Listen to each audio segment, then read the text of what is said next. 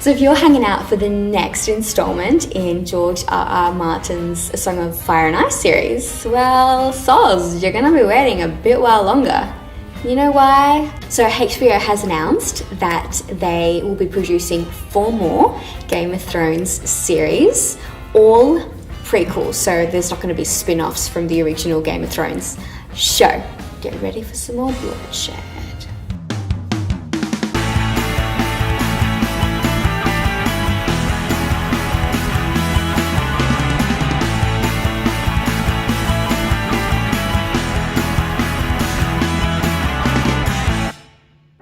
This year, Booktopia had the honour of announcing the finalists for the Ruby Award, which is also the Romantic Book of the Year award. So this award, it celebrates the best romantic fiction from Australian and New Zealand authors. This year, the finalists include authors such as Pamela Hart, Natasha Lester, Catherine Hine, Melanie Milbourne. If you want to discover the full list of finalists, head on over to the Booktopian, and the winner of the prize will be announced in August. Former US President Bill Clinton has actually teamed up with crime writer James Patterson to write a political thriller called The President is Missing. Anyway, so this is going to be a really interesting book because you've got Bill Clinton, who has all that experience in the White House, and you've got James Patterson, who is a master storyteller. So put those two together. It's a rare combination, and I feel like this book is going to be explosive. So expect this one in 2018. So guys, the 2017 Russell Prize for Humour Writing was actually announced, which is the funniest Australian books that were released in the past 2 years. Some of the finalists include Rosie Waterland, David Hunt, and Ben Pobji. We've got the full list of finalists on our blog, The Booktopian. So Australian author Fiona McFarlane has actually been awarded the, wait for it, £30,000 International Dylan Thomas Prize for her short story collection, The High Places. Anyway, so this award was launched in 2006, and it awards writers under 39 years old who have produced a work of literary fiction that is classified as outstanding, whether it be drama, prose, or poetry. Do not turn off this video if you are interested in 50 Shades of Grey, and I'm going to tell you why. So it's as if the world can't get enough of 50 Shades of Grey, right? Because now what we have is we've got a new movie coming out. It's called Book Club, and it follows these friends, these 60-something-year-old friends, who for their book club decide to read 50 Shades of Grey.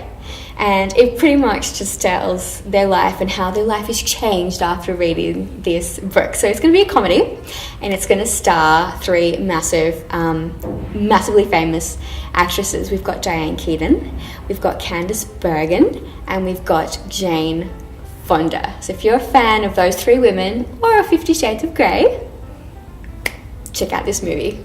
Little Women is getting another film adaptation. This one's coming out in 2018, which will mark 150 years since the original book by Louisa May Alcott was originally published. So the actors starring in it so far that we know are Leah Thompson from Switched at Birth and Lucas Grabeel, who was Ryan in High School Musical, who was also in Switched at Birth. The studio behind MTV's Teen Wolf is actually going to produce Amy Plum's Dreamfall, which is a YA series, so they're going to turn it into a TV series. So they're calling this book A Nightmare on Elm Street meets Inception in this gripping psychological thriller. And so what happens is you've got these 7 teens who all suffer from insomnia, and so they take part in this experiment to try and cure this insomnia. Now, in the lab that they're in, the equipment actually malfunctions, and they're all plunged in this nightmare where their worst nightmares actually come to life. Time for the top 10. Yeehaw! Number 10, Into the Water by Paula Hawkins. Number 9, Astrophysics for People in a Hurry by Neil deGrasse Tyson. Number 8, Cardinal by Louise Milligan. Number 7, The Clever Guts Diet by Michael Mosley. Number 6, Work-Strife Balance by Mia Friedman. Number 5, The Australian Bird Guide. Number 4, Fat for Fuel by Dr. Joseph McCullough.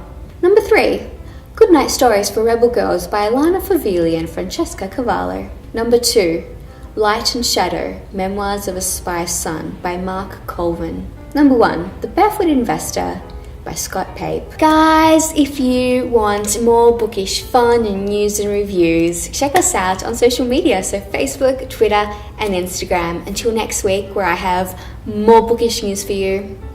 There might be a really cool competition on Facebook this weekend. Just keep an eye out.